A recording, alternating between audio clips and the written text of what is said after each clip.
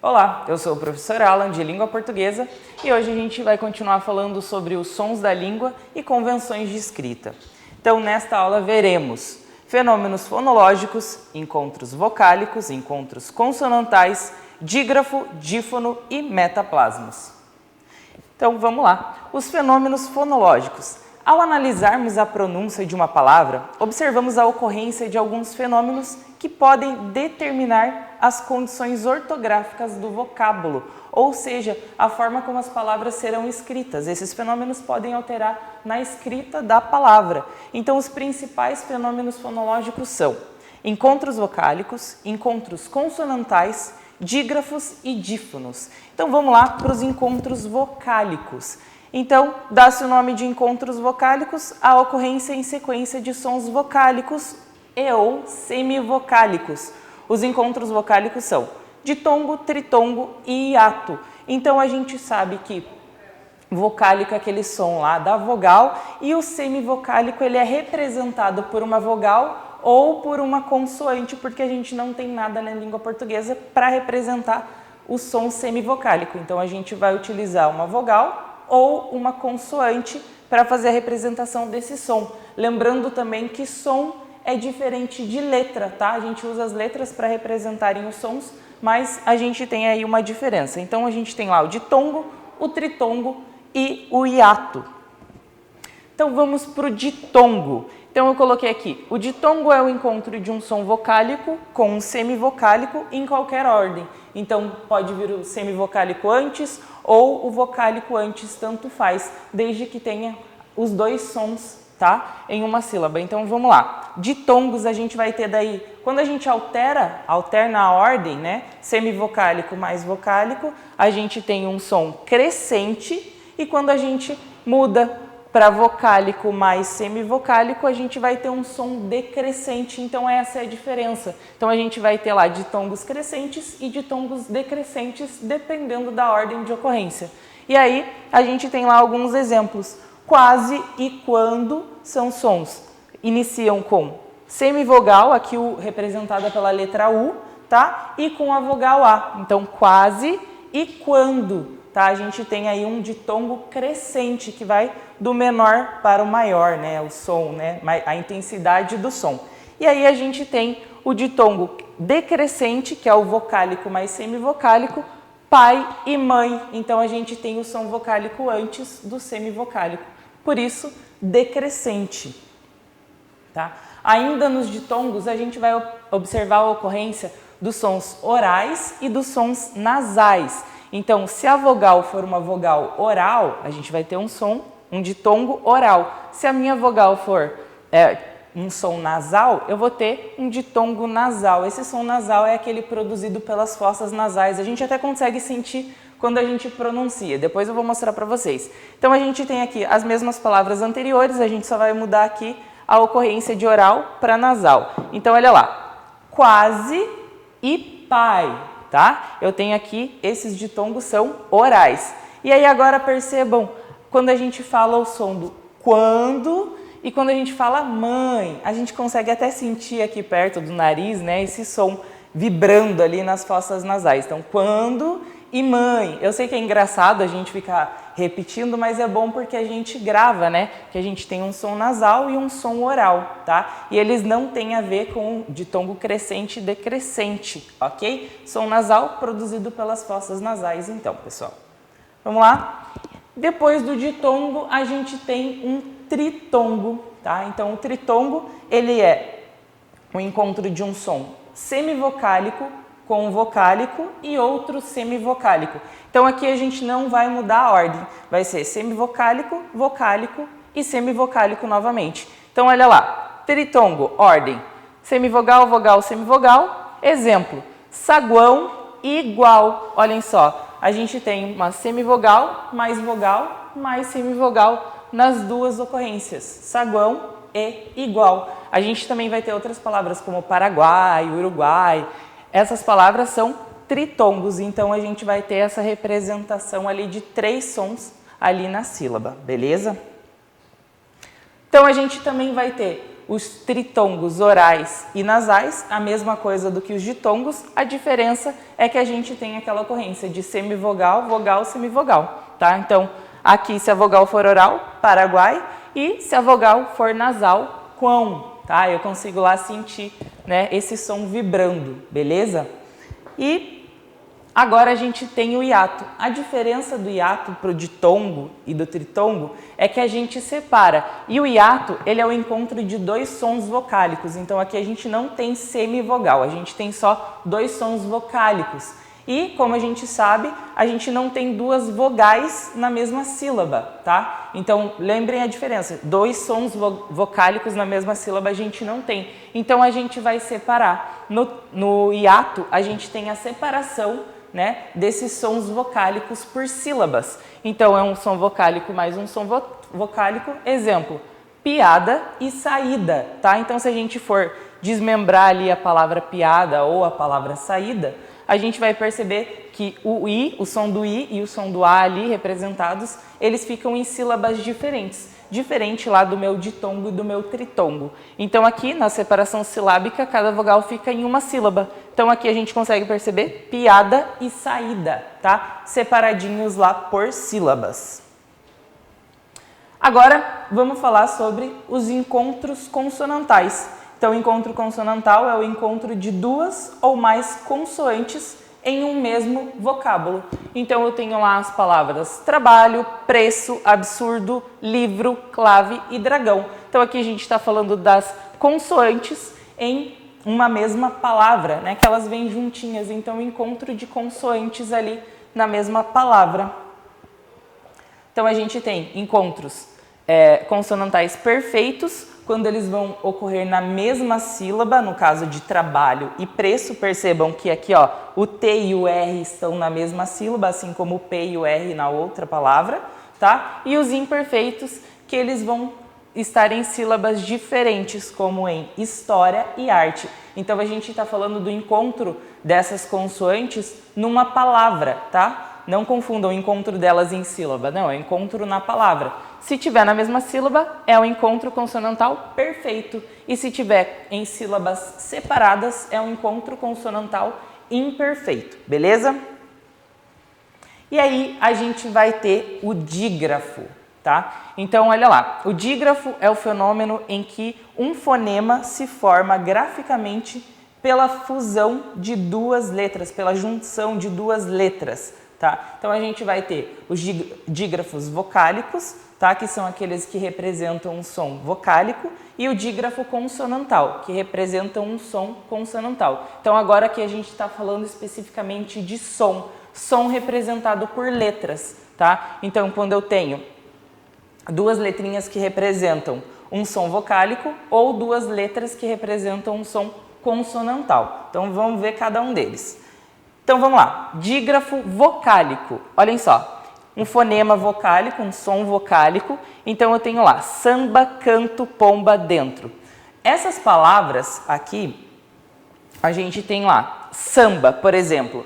Esse A e esse M representam o fonema Então, eu tenho um fonema representado por duas letras. Isso vai acontecer nas outras palavras, como, por exemplo, canto, tá? Então, eu tenho ali o som do C, que na verdade a letra C está representando o som do C. A gente tem o A representado aqui, com as duas letrinhas, mas é um único som. Estão vendo? Então, a letra C representa um som, a letra A e a letra N juntas representam um outro som, tá? Então, o dígrafo é quando eu tenho duas letras para representar um único som, tá? Isso vai acontecer nas outras palavrinhas. Já os dígrafos consonantais, a mesma coisa. Eu tenho duas letras, mas elas representam um som consonantal, ao invés de um som vocálico. Então, olha lá, chave. Esse CH, ele está representando aquele sh, esse som. Tá? Então, duas letras que representam um único som. Agora eu vou chamar a atenção de vocês para a palavra guerra. Tá? Na palavra guerra, a gente tem ali o GU, que representa o som do G.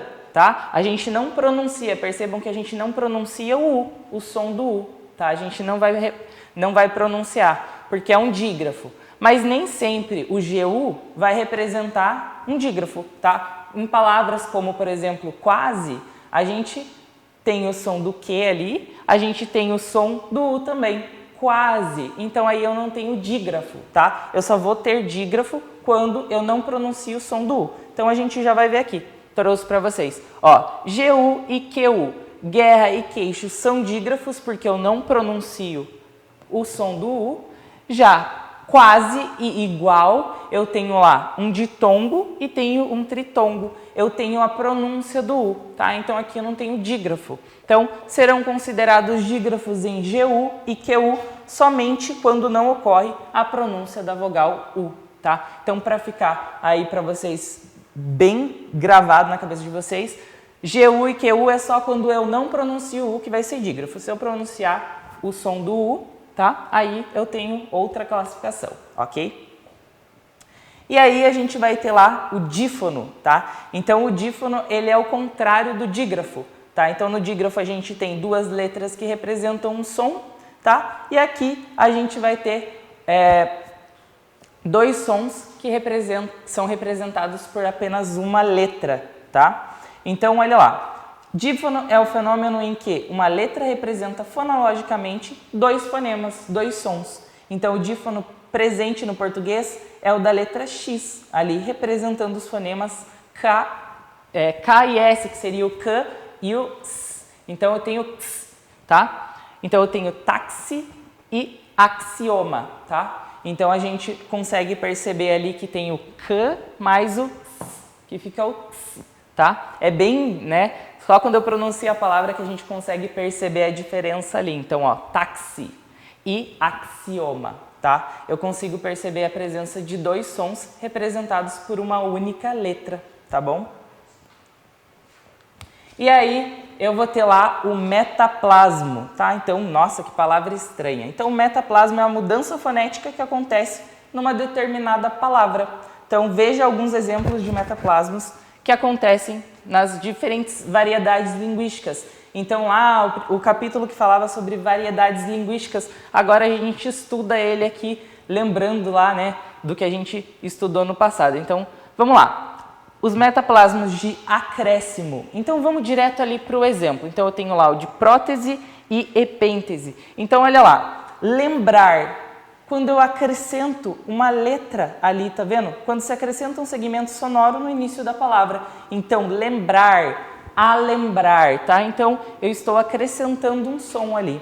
E aí eu tenho também, quando eu acrescento um segmento sonoro no meio da palavra, como no exemplo de advogado. Então, muita gente vai falar advogado. Isso vai acontecer em determinadas variedades linguísticas, tá? Então, a gente tem aí em algumas variedades linguísticas menos prestigiadas a ocorrência de alembrar e de advogado, beleza?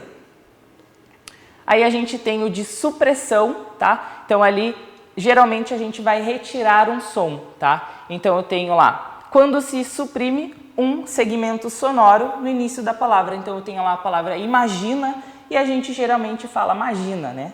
E aí eu tenho também, quando se suprime um segmento sonoro no meio da palavra, então eu tenho árvore, e aí muitas vezes acabam falando árvore, né?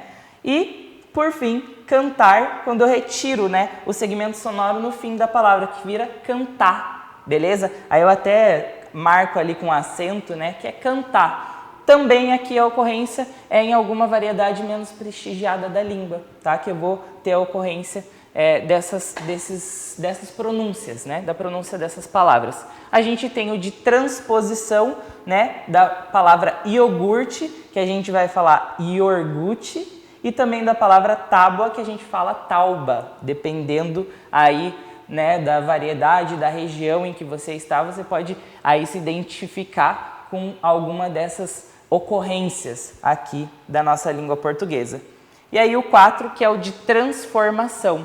Então, ó, desnasalização, homem para homem, tá? Então eu tô tirando ali o quê? O segmento nasal e eu passo para um segmento oral, tá? Homem e vira homem, no caso. E aí tenho a deslateralização, que ocorre com a vocalização do LH. Então eu tenho folha, que vira folha, tá? E depois a transformação de um ditongo em uma vogal, cheiro vira cheiro, isso é muito comum, principalmente quando a gente está falando, né, conversando aí num contexto, né, menos formal, num contexto informal, a gente acaba aí falando como fica mais fácil para a gente pronunciar a palavra. E aí problema quando vira problema, tá? Então aqui é quando a gente troca o som do L ali pelo do R, ok? Então agora tem um exercício aí para vocês, eu vou pedir para que vocês pausem o vídeo rapidinho, vamos tentar responder essas aqui juntos, tá? Então eu tenho uma questão do Enem 2015, ali do texto Assum Preto. Então pausem o vídeo e leiam, né, o texto e depois a gente vai para a questão. Conseguiram ler o texto? Vamos lá então para a questão. As marcas da variedade regional registradas pelos compositores de Assum Preto resultam da aplicação de um conjunto de princípios ou regras gerais que alteram a pronúncia, a morfologia, a sintaxe ou o léxico. No texto é resultado de uma mesma regra. Então vamos lá. Letra A, pronúncia das palavras vorta e veve. Será que essas duas palavras aí, elas são resultados de uma mesma regra? Pronúncia, vamos lá, pronúncia das palavras talvez e sorto. Será que essas duas aqui seguem a mesma regra, a mesma linha? E aí, furaram e cantar. Depois, letra D, mata, cego do zóio e mata em fro. E por fim, ignorância e avoar. Aqui, pessoal, vou deixar vocês analisarem aí, mas percebam quais dessas ocorrências aqui, elas possuem a mesma regra, tá? Nas duas. Vamos lá, pausem o vídeo, tentem responder aí. Conseguiram? Então vamos lá para a resposta. As duas palavras ali que seguem a mesma regra é as da alternativa B, talvez e sorto, tá? Então a gente consegue ali perceber um padrão que eu vou trocar ali o L, né, do talvez e do solto pelo pós-vocálico R, tá? Talvez e sorto. Então essas duas eles seguem a mesma regra. Beleza?